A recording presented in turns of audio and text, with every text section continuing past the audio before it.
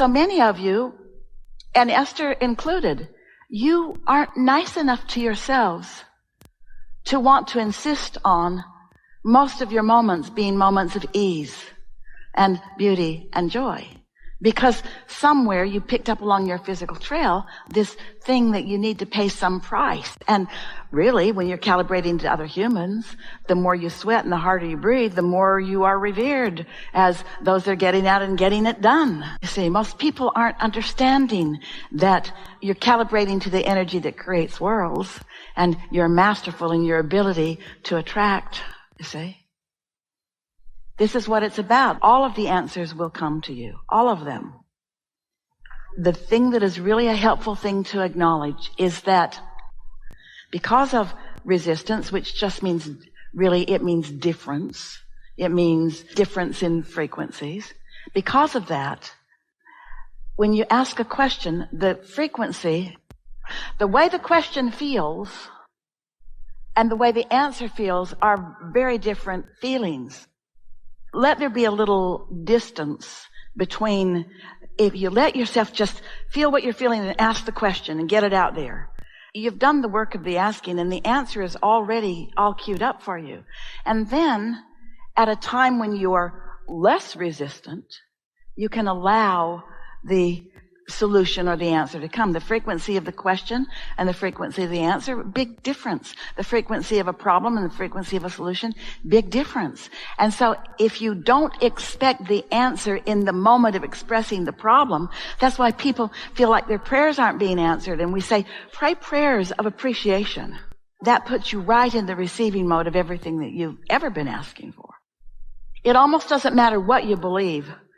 Here we go again. A belief is a thought that you keep thinking.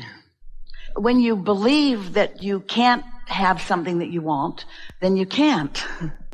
Not right now. Not while the belief is that you can't. And so you've got to soothe that belief, that frequency, that emotion into something that feels better. It's not something to see. It's something to feel. And it doesn't matter what it is. You only have to know when it's there. And it's there every time you feel anything from the lower half of the emotional scale. Boredom, resistance, pessimism even more, frustration even more, overwhelmment even more, disappointment even more, doubt, all the way down to fear, grief, depression. And so that's how you know. So that's your indicator of what's in the way. And it doesn't matter what it is. You don't have to find out what the culprit is that caused one of those emotions and wrestle it to the ground and kill it. You don't have to figure out what it is and then go to therapy and see if you can get rid of it. You just have to find a matching thought to something that is optimistic. You're just looking for existing matches to the upper half of the scale, and that automatically takes you out of focus with whatever it was, and it doesn't ever matter if you ever understand what it was. Because as you soothe yourself, then you match different things. It's easier than you thought, isn't it? Does that make sense to you? Humans are we love you so much. You want to be so precise. You want to be able to explain yourself to everybody, and you want to be able to explain, well, I figured out what was wrong, and it was this and this and this. And the whole time you're explaining it, you're calibrated to it. So you're holding yourself in that frequency. It's like Jerry used to tell the story to Esther that he sat in front of the fireplaces, and the logs in that part of the country were they spit sparks all the time. And when one would get on his sweater, if he brushed it off quickly, not any problem. But if he didn't notice it, then it would burn a hole in his sweater. And it's the same sort of thing. You've got something that doesn't feel good and you don't do something about it, it becomes more, because the law of attraction makes whatever is active in your vibration more, you see. And so once you understand that you've asked and it's been given, now just find a match that feels good, that feels like something that feels good to you, and we know you know the difference. Then you've accomplished a calibration, and then we have something to say to you. Hang on. Let's go into a new room together. Let's say that you all are hearing this and getting this and willing to try this. And it's new for you because you're really motivated to understand everything and explain everything, because You live in a society where a lot of people have demanded a lot of justification from you. In their comparative nature, in their controlling nature, it's all right. They didn't, in most cases, mean to do it. So you are willing to try this game. It's a priceless, valuable game where you're just going to realize when you're having a negative emotion.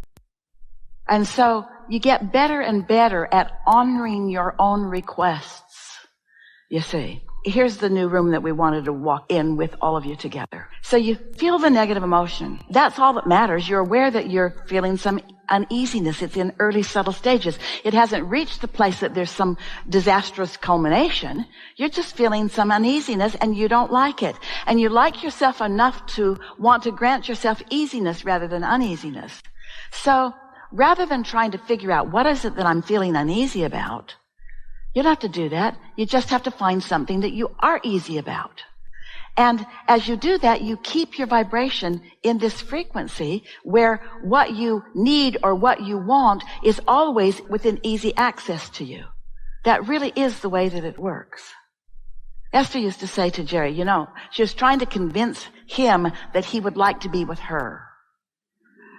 So she sang, Evita, I'd be surprisingly good for you. She sang, get on the bus, Gus. And one of the things that she said that she thought would really appeal to him is, I shine in a crisis. Well, that's valiant. There should be statues for people that do that, right? We explained to her once she started listening to us that the reason she shines in a crisis is because the crisis causes her to focus. And what we're asking you to do is focus pre-crisis. Focus at softer, more subtle.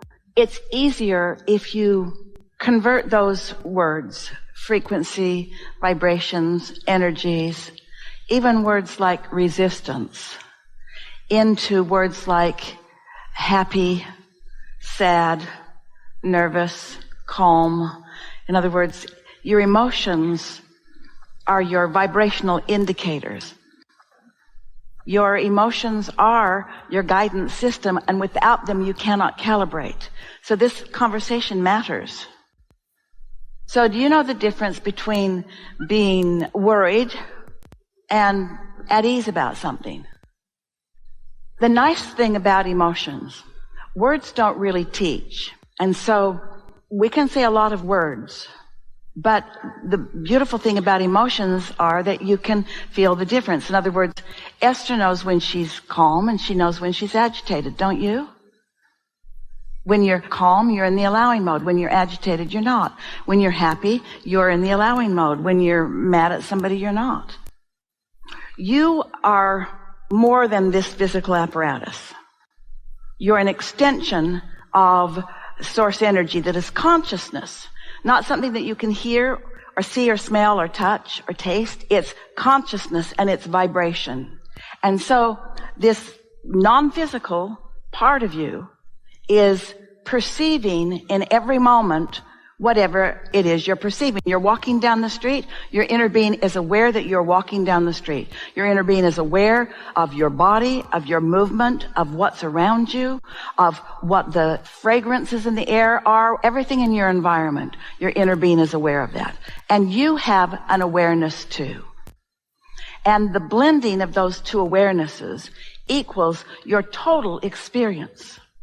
So the vibrational frequencies are important to understand because you are like a two-headed monster, so to speak. You have your inner being who has perception and you who have perception, and the frequency of your inner being and the frequency of you equals whatever your emotions are. So when we talk about calibrating to the frequency of your inner being, we mean look around and try to mold, modify, be deliberate about the way you focus into your environment and see if you can feel yourself into alignment with your inner being. And the way you do that, because you don't know what decibels are, you don't know, this is an A440. Did you know that? It's gone. Did you know that? Does that matter to you? Does it matter to you what the frequency was, or did you just hear it? In other words, have you ever tuned a guitar or anything? When you hear someone sing, can you tell if it's in tune or out of tune? Jerry and Esther hired a mariachi band to come to their property to just entertain while they were having a big party. And they hired them one year, and it was magnificent. It thrilled you. The sound of the horns, it thrilled you. And the following year, they hired the same group, the group that came from a high school. But all of the really good musicians had graduated, and now new musicians had come into the mix. And there was one very eager trumpeter who was not on key at all. And so Jerry's walking around with his burritos and his beans and his rice, and he comes over to Esther and he says, "You got to get that horn away from that kid." Because he was not in tune. He was not calibrated. It was really uncomfortable, like negative emotion is uncomfortable. It was really uncomfortable. And so Esther said to him, "Would you like a burrito?" And he said, "I think I'm supposed to be playing." And Esther said, "My husband is insisting that you come with him and have a burrito." And so he went and had a burrito, and then everything was so much better because the discordant thing was not in the mix of it, you see.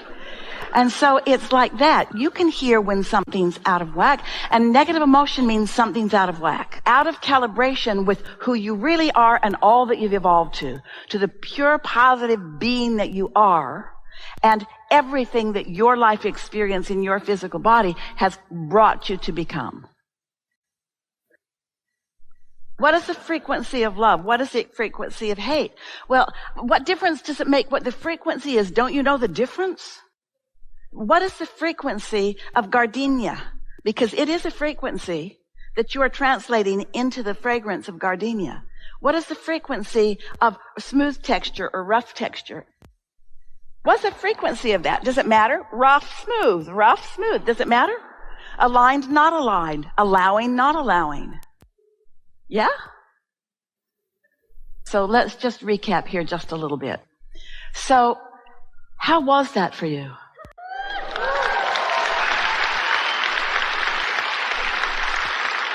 Don't you feel more eager to soothe yourself into alignment with your source? Soothe yourself there. Not prove yourself there.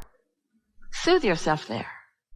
Is it a good feeling to you to know that as you're moving through the details of any day, that your inner being is moving through those same details with you? And that your inner being is never questioning why you're doing what you're doing or judging you or trying to get you to do something different. Just there. Just a steady presence of knowing exactly what you want from every moment in time and emitting a vibration that when you tune to it, then what you want will be your experience. Did you hear that? So if you're tuning to anything that feels good, you're covered. Anything that feels good puts you in the vibrational proximity of the person walking down the street who gives you the information that you were just wondering about. Or the sign that you didn't even know that was there, that has been there, but now that you can see it. In other words, everything around you, your world is about to be, just as a result of this little bit of time that we've spent together today, transformed into this magical, responsive, wonderful experience. But you gotta know how it works, and you gotta love yourself into letting yourself experience it. And don't try too hard to explain it to others, except through the clarity of your example.